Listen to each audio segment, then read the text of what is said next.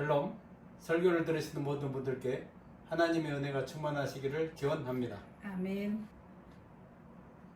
성경 통독 프로젝트 66번째 요한계시록입니다.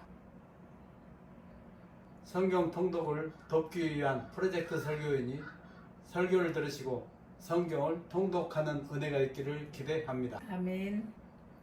목차를 보겠습니다. 구성은 전과 같습니다. 화면을 참고하시기를 바랍니다.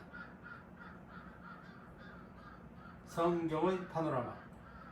신약성경 27권은 문학적 장르에 따라서 복음서, 역사서, 서신서, 예언서로 분류됩니다. 예언서인 요한계시록은 신약성경의 27번째로 성경의 마지막에 위치한 책입니다.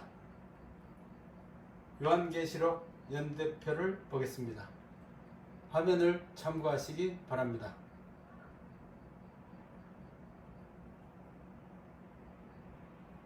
요한계시록 개관. 헬라어 원전의 제목은 아포칼립시스 이오안누입니다. 이는 예수 그리스도의 계시를 받아 기록한 기록자 요한의 이름 및 문학적 장르상의 특징을 반영한 것입니다. 이에 따라 한글 개역 성경 역시 요한계시록으로 명명되었습니다. 요한계시록의 저자는 사도 요한으로 책에 기록되어 있습니다. 기록 연대는 로마 제10대 황제인 도미티아누스 황제의 통치 말기이자 요한이 반모섬에 유배되었던 시기인 AD 95년에서 96년경에 반모섬에서 기록되었을 것으로 추정됩니다. 수신자는 소아시아의 7교회를 비롯하여 로마 제국의 핍박 및 황제 숭배를 강요받는 상황에 직면한 AD 1세기 말엽의 그리스도인들을 1차 대상으로 합니다. 주요 내용은 역사적, 종말론적 차원에서의 교회의 환란과 승리가 기록되어 있습니다. 그리고 신천신지의 도래를 통한 지상 역사의 종결과 구속사의 완성 과정이 기록되어 있습니다. 요한계시록 내용분해. 요한계시록은 종말에 있을 사건을 보여주는 책으로서 종말 사건의 핵심인 예수 그리스도의 재림을 정점으로 하여 재림 이전에 있을 환란과 심판, 그리고 재림 이후에 있을 신천신지의 도래 과정을 연속적으로 보여주는 책입니다. 이러한 요한계시록의 내용 구조 파악은 종말에 대한 해석 관점에 따라 다양합니다. 내용 구조 파악과 관련한 다양한 시도 중 일반적으로 알려진 것은 계시록 전체의 내용을 과거와 현재와 미래의 일로 삼분하는 것입니다. 즉 요한계시록 기록 시점을 기준으로 하여 제1장을 과거에 해당하는 것으로, 제2장과 3장을 현재에 해당하는 것으로, 제4장에서 22장을 미래에 해당하는 것으로 간주합니다. 이는 1장 19절에 근거한 것으로서 계시록 전체 내용을 본 것과 이제 있는 일과 장차 될 일에 관해 기록한 것으로 파악한 것입니다. 여기서는 일단 1장 19절에 근거한 구조 파악을 염두에 두되 요한계시록이 예언서인 동시에 불완전하기는 하지만 서신서의 형태를 띠고 있는 점을 고려하여 비록 명확한 구분이라고 할 수 없으나 1장 1절로 8절의 시작하는 말과 1장 9절로 22장 5절의 본론부, 그리고 22장 6절로 21절의 끝맺는 말로 3분하여 살펴보기로 합니다. 이 중 시작하는 말에 해당하는 1장 1절로 8절은 머리말로 이중 구조로 되어 있는데 본서를 기록하게 된 경위 및 본서 예언 계시의 신적 기원을 밝히고 있습니다. 본론부 1장 9절로 22장 5절의 내용을 좀 더 분석해 보겠습니다. 먼저 1장 9절로 20절은 1장 19절의 본 것에 해당하는 내용으로 그리스도의 현현과 묵시 기록 명령에 의한 본서의 집필 동기를 보여주고 있습니다. 이 3장은 1장 19절의 이제 있는 일에 해당하는 내용으로 본서의 형식적 수신자인 당시의 소아시아 7교회를 일종의 모델로 하여 각각에 보내는 다양한 메시지입니다. 여기서는 대종말 시대를 살아갈 여러 교회가 보일 모습을 예언적으로 보여주는 동시에 장성한 교회의 원형을 추구하고 있습니다. 4장 1절로 22장 5절은 1장 19절의 장차 될 일에 해당하는 내용으로 계시록의 거의 대부분에 해당합니다. 본서의 핵심인 예수의 재림을 기점으로 하여 그 전으로 말세에 폭발적으로 이어질 대종말 사건의 전개 과정을 다루고 있습니다. 전반부를 할 수 있는 제4장에서 18장은 대환란과 심판에 관한 종말론적 예언을 주요 내용으로 하고 있습니다. 여기에 종말에 관한 예언은 3대 7중 재앙인 일곱인, 일곱나팔, 일곱대접 재앙에 관한 연속적 환상에 의해 전개되고 있습니다. 그리고 후반부를 할 수 있는 19장 1절로 22장 5절은 그리스도의 재림과 최후의 백보자 심판 및 신천신지의 도래를 그리고 있습니다. 이 부분은 마지막 대환란 이후 지상 역사의 종결 및 완성된 하나님 나라의 영원한 복 상태에 초점을 맞추고 있습니다. 끝맺는 말인 21장 6절로 21절은 천사와 예수와 요한의 맺는 말 순으로 종결됩니다. 요한계시록 체크포인트. 성경을 시작하는 책인 창세기가 시작의 책으로서 창조와 역사의 시작을 보여주는 책이라면 성경을 마감하는 요한계시록은 세상과 역사의 종말을 보여주는 책입니다. 그러므로 성경은 역사의 전 지평을 보여준다고 하겠습니다. 한편 요한계시록을 이해하기 위해서는 우선 하나의 문학 장르로서의 묵시를 이해할 필요가 있습니다. 묵시문학 또는 묵시란 넓게는 예언문학에 속하면서도 전달하고자 하는 예언의 내용이 강렬한 인상으로 남겨지도록 하기 위하여 신선하고도 충격적인 이미지를 사용합니다. 동시에 그 내용을 직설적으로 서술하지 않아 구체적이고도 정확한 해석이 원천적으로 불가능하도록 의도적으로 고안된 특이한 표현 방식들을 구사하는 문학 기법입니다. 그리하여 묵시는 결국 고도의 상징성, 난해성, 복합성 등을 갖게 됩니다. 성경 묵시문학과 가장 관계가 깊은 것은 역시 유대 묵시문학입니다. 유대 묵시문학은 주전 2세기에서 주 1세기 사이에 번성한 유대 문학의 한 형태로서 심오한 상징주의, 현실 세계에 대한 회의와 종말에 대한 지대한 관심, 인간의 노력에 의한 악의 극복에 대한 회의 및 하나님의 갑작스러운 개입에 의한 악의 파멸 등으로 특징 지어집니다. 성경 묵시문학 또한 이러한 유대 묵시문학과 역사 문화적 배경을 직접적으로 공유하고 있습니다. 그러나 양자는 근본적으로 신학적인 차이점을 가지고 있습니다. 즉 유대 묵시문학은 편협한 민족주의적 관점에서 여타의 세속 묵시문학과 같이 인간의 상상력을 동원하여 꾸며낸 인간의 작품에 불과하지만 성경 묵시문학은 성령의 영감을 받은 저자가 신적 권위와 진정성을 가지고 여타 신구약 성경 전체의 말씀과 연속성을 갖는 하나님의 계시를 묵시라는 양식으로 기록한 것입니다. 요한계시록은 초대교회 당시의 성도들을 1차 수신 대상으로 기록된 것이므로 계시록을 제대로 이해하기 위해서 사도 요한이 본서를 기록하였을 당시의 배경을 살펴보겠습니다. 사도 요한은 도미티아누스 황제 통치 말기에 본서를 기록하였는데 그 당시 그리스도인들에 대한 로마 제국의 박해 상황은 과거 어느 때보다 심각하였습니다. 폭군 네로가 로마 대화재의 책임을 덮어씌워서 그리스도인들을 박해했는데 도미티아누스는 네로보다 더욱 심각한 폭군이었습니다. 그는 스스로를 신이라 주장하며 자신에 대해 주와 하나님으로 부를 것을 명하였습니다. 그리고 이 고백으로 자신에 대한 충성심을 확인하였는데 사도 요한이 사역했던 소아시아 역시 황제 숭배의 칙령이 내려졌고 에베소에는 황제 숭배를 위한 신전이 세워지기도 하였습니다. 이러한 조치로 그리스도인들은 황제가 주인지 예수가 주인지를 선택할 것을 강요받았는데 그리스도인들의 신앙과 정면 충돌할 수밖에 없었습니다.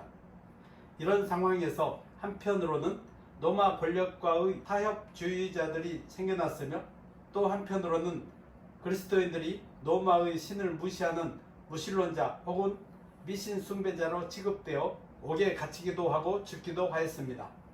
요한계시록은 그러한 상황에서 죄의 계시와 명령에 의해 기록된 책입니다.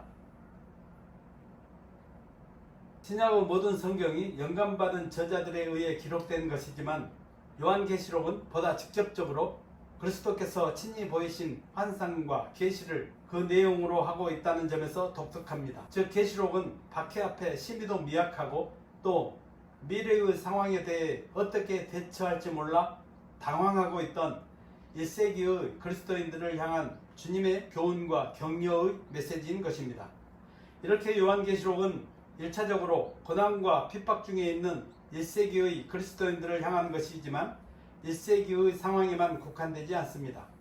계시록은 종말의 관점에서 교회의 모습을 투영시키므로 하나님의 역사에 대한 전체적 시각에서 교회의 현재와 미래의 모습을 바라보게 합니다.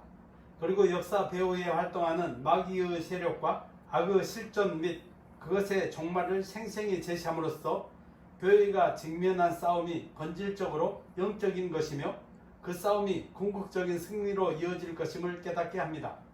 그러기에 요한계시록은 단지 1세기의 교회뿐 아니라 신천신지의 도래로 하나님의 구속사가 완성되기까지 지상에서 영적 싸움을 싸워야 하는 모든 시대의 교회들을 향한 메시지입니다. 감동 포인트 설교.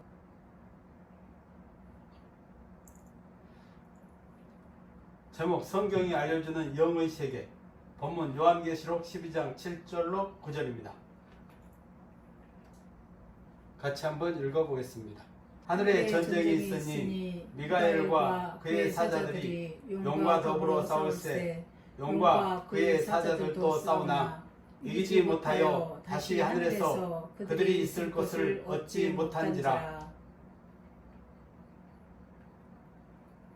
큰 용이 내쫓기니 옛 뱀 곧 마귀라고도 하고 사탄이라고도 하며 온 천하를 꿰는 자라. 그가 땅으로 내쫓기니 그의 사자들도 그와 함께 내쫓기니라. 아멘. 아멘. 감동 포인트 설교의 맥락. 본문은 제12장에서 14장에 기록된 새 삽입 묵시 가운데 첫 번째 삽입 묵시의 중반부입니다. 전반부인 12장 1절로 6절이 지상에서 교회가 어떠한 과정을 거쳐 전 3년 반의 환란을 당하게 되었는가를 설명해주고 있다면 중반부인 본문 7절로 9절은 하늘에서 도대체 어떠한 일이 있었기에 사단이 지상에 내려와서 7년 동안 교회를 박해하게 되었는가 하는 것에 대한 배경을 소급하여 밝혀주고 있습니다. 본문의 기록에 의하면 용, 곧 사탄은 악한 천사들의 우두머리로서 자기의 세력을 이끌고 선한 천사의 우두머리인 미가엘과 그의 사자들로 더불어 싸우다가 패배하였고 그로 말미암아 하늘에서 자기의 입지를 잃게 되어 그의 절개들과 더불어 지상으로 쫓겨나게 되었습니다. 그리하여 하늘에는 기쁨이 넘치게 되었으나 쫓겨난 사탄을 맞은 지상은 환난 가운데 있게 되었고 특별히 그 가운데 있는 교회는 사탄의 집중적인 공격의 표적이 되어 사탄으로부터 극심한 박해를 받게 되었습니다. 한편 본문이 보여주듯이 사탄은 만유의 대주제이신 예수 그리스도가 아니라 그분의 사자에 불과한 천사장 미가엘과의 전투에서도 패배하였습니다. 따라서 사탄은 비록 지금의 세상에서 공중권세를 잡고 하나님의 허락하에 이 세상에서 왕노릇하고는 있지만 그것은 잠시일 뿐입니다.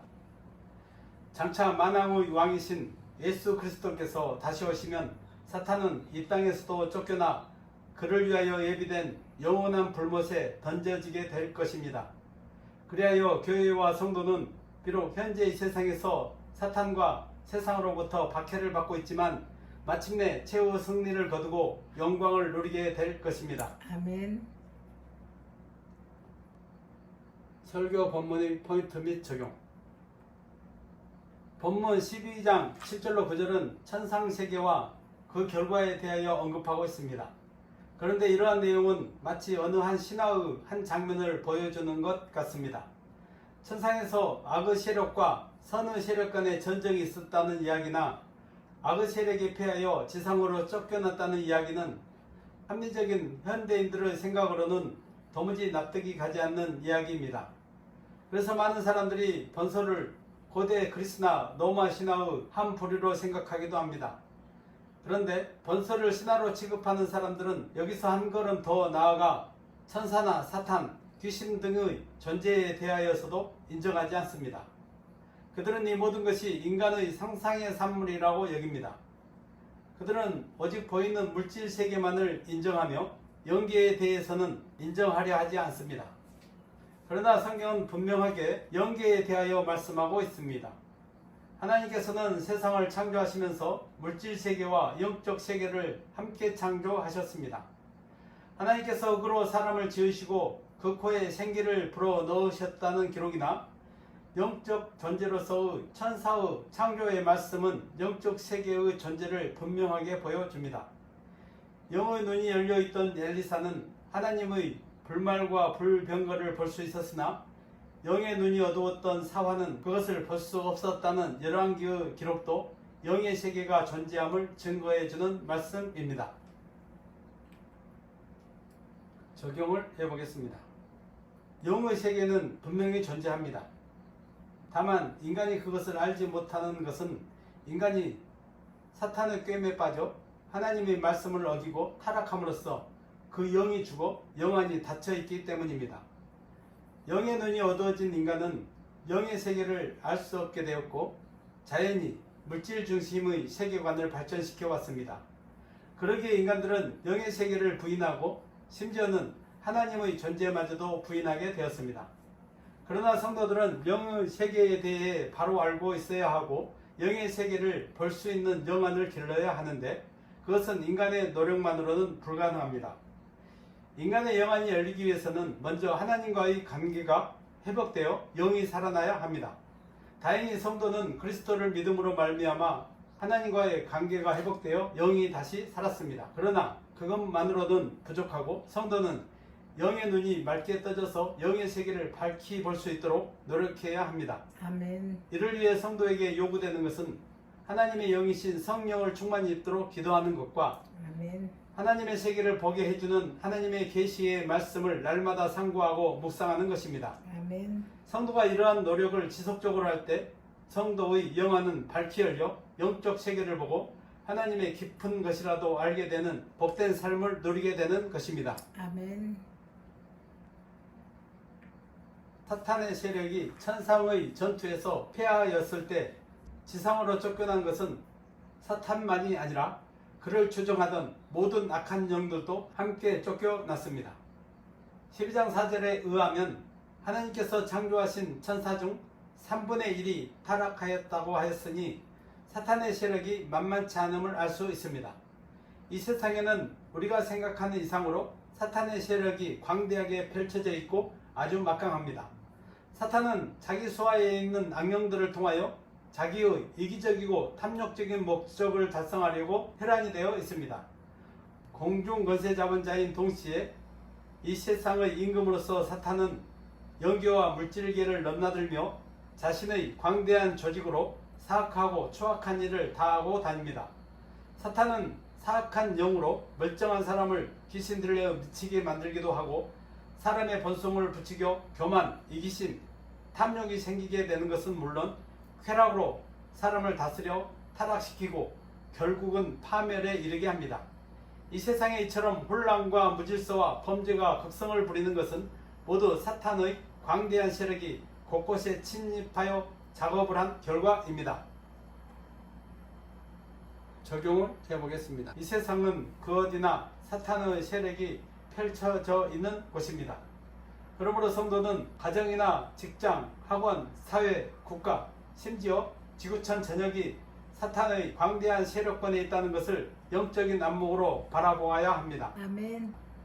하나님의 성령을 따라 사는 사람이 없는 곳, 다시 말해 하나님의 참된 교회가 없는 곳은 바로 사탄의 세력이 미치는 곳입니다.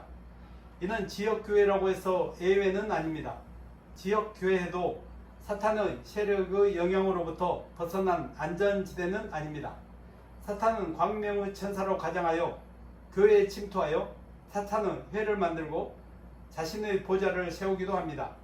그래서 성도들도 사탄의 제물이 될 수도 있는데 패배 후에 사탄을 원망하거나 사탄에게 책임을 전가해 봐야 아무 소용이 없습니다.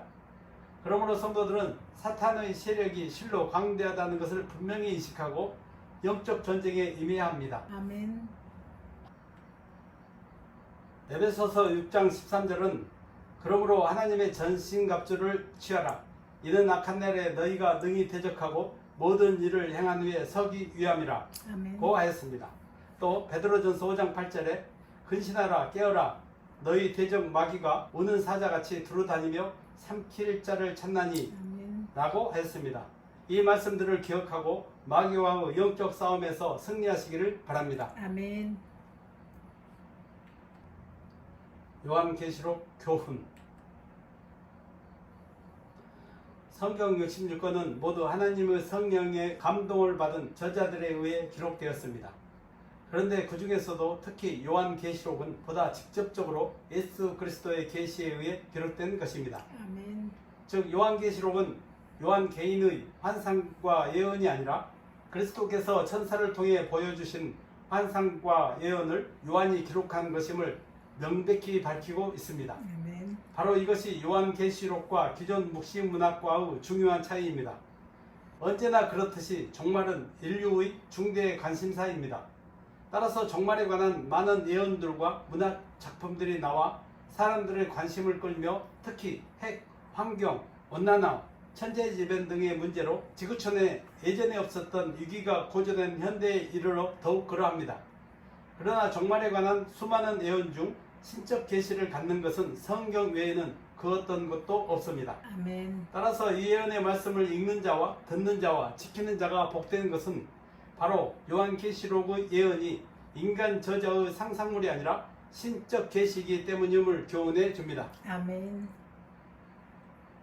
요한계시록의 중요한 특징 중 하나는 그 어떤 성경보다도 하나님께 찬양과 경배드리는 장면이 빈번히 자주 등장한다는 것입니다. 하늘보좌 주변의 네 생물, 24장로들, 천사들, 구속받은 성도의 무리 등이 하나님께 경배와 찬양을 드리는 장면들은 요한의 환상 가운데 빈번하게 반복됩니다. 그리고 이러한 반복 장면들은 천국 생활의 본질이 곧 하나님께 대한 찬양과 경배의 삶이라는 것을 시사합니다. 아멘. 천국 백성인 우리 성도들은 이 땅에서도 하나님께 찬양과 경배를 드립니다. 그러나 하나님의 통치가 온전히 이루어진 그곳에서 우리는 새 노래를 부를 것입니다. 아멘. 지상에서 알지 못했던 전혀 새로운 가사와 곡조로 우리는 우리를 피로 사서 영원히 복된 나라로 인도하신 분 앞에 엎드려 우리의 복종과 사랑을 고백하며 끊임없이 노래할 것임을 교훈해 줍니다. 아멘. 요한계시록은 1차적으로 고난과 박해에 직면한 1세기 말력의 교회를 향한 책으로서 제2장과 3장은 부활하신 예수 그리스도께서 요한으로 하여금 소아시아의 7교회에 보내게 하신 편지의 내용입니다. 각 서신의 말미에는 한결같이 성령이 교회들에게 하시는 말씀을 들을지어다 라는 촉구가 반복되는데 이는 소아시아 7교회뿐만 아니라 모든 시대 모든 교회들을 향한 성령의 음성입니다. 아멘. 그리고 교회의 궁극적 승리의 모습을 제시하고 있는데 특히 제12장에서 14장의 환상은 천상에서 쫓겨난 사탄이 지상의 교회에 대해 얼마나 분노를 품고 해하려고 하는지를 생생하게 보여주고 있습니다. 그러나 하나님의 개입에 의해 사탄의 시도는 실패로 그치며 교회는 최종적으로 구원과 승리에 이르게 됩니다. 아멘. 지상의 교회는 전투적 교회로서 악의 세력으로부터의 반대와 박해를 피할 수 없습니다. 그러나 온갖 박해와 환란에도 불구하고 교회는 결코 패하지 않을 것이며 최후 승리의 영광에 이르게 될 것임을 교훈해 줍니다. 아멘. 고난은 기독교 신앙의 본질적 요소이며 참된 성도는 어떤 형태로든 이 땅에서 고난을 당할 수밖에 없습니다. 따라서 성도가 이 땅에서 신앙을 지키고 산다는 것은 어떤 의미에서 눈물과 수고의 삶이라고도 할 수 있습니다. 그러나 성도의 눈물과 수고는 참된 위로와 안식으로 보상받습니다. 성도의 영원한 거처인 새 예루살렘 성에서 하나님은 자기 백성과 거처를 함께 하시고 그들의 눈에서 눈물을 씻어주시고 모든 수고를 그치고 쉬게 하는 것입니다. 아멘. 우리 눈에서 눈물을 씻어주실 하나님, 생명수 강가에서 쉬게 하실 하나님을 생각하며 오늘 당하는 고난을 묵묵히 이겨내는 것이 성도에게 요구되는 믿음의 인내임을 교훈해 줍니다. 아멘. 에필로그. 요한계시록은 단순히 종말에 관한 호기심을 충족시키기 위한 책이 아니며 성도들로 하여금 이 책을 읽고 듣고 지킴으로써 다시 오실 그리스도를 맞이하기에 합당한 삶을 살도록 하기 위해 기록된 책입니다. 요한계시록 분량은 22장 24쪽 정도로 한 번 읽는데 60분 정도 걸립니다. 설교를 들으시고 말씀의 은혜가 되시면 지금부터 성경을 펴고 읽을 수 있기를 바랍니다. 아멘. 성경은 잠깐씩 한 절씩 시간이 될 때 보는 책이 아닙니다. 말씀을 읽을 계획을 세워서 하루에 1시간 정도씩 꾸준하게 통독하면서 하나님과 교제하고 하나님을 아는 지식의 지경을 넓히며 성령을 쫓아 사는 성도들이 되시기를 바랍니다. 아멘. 말씀을 정리하고 마치겠습니다. 요한계시록은 세상과 역사의 종말을 보여주는 책으로 종말의 관점에서 교회의 모습을 투영시키고 하나님의 역사에 대한 전체적 시각에서 교회의 현재와 미래의 모습을 바라보게 합니다. 그리고 역사의 배후에서 활동하는 마귀의 세력과 악의 실존 및 악의 종말을 생생히 제시함으로써 교회가 직면한 싸움이 본질적으로 영적인 것이며 그 싸움이 궁극적인 승리로 이어질 것임도 깨닫게 합니다. 요한계시록을 기록하게 하신 주님의 뜻은 성도들이 사도 요한처럼 아멘 주 예수여 오시옵소서라고 고백하며 주님의 재림을 고대하는 삶을 살아가는 것이므로 다시 오실 주님 맞이할 준비를 하는 삶을 사는 성도들이 되시기를 바랍니다. 아멘. 설교를 들으시고 성경을 읽으시는 분들이 하나님의 은혜와 평강과 말씀의 능력으로 충만하여 주님 맞이할 준비를 잘 하시는 성도들이 되시기를 주의 이름으로 축원합니다. 아멘. 아멘.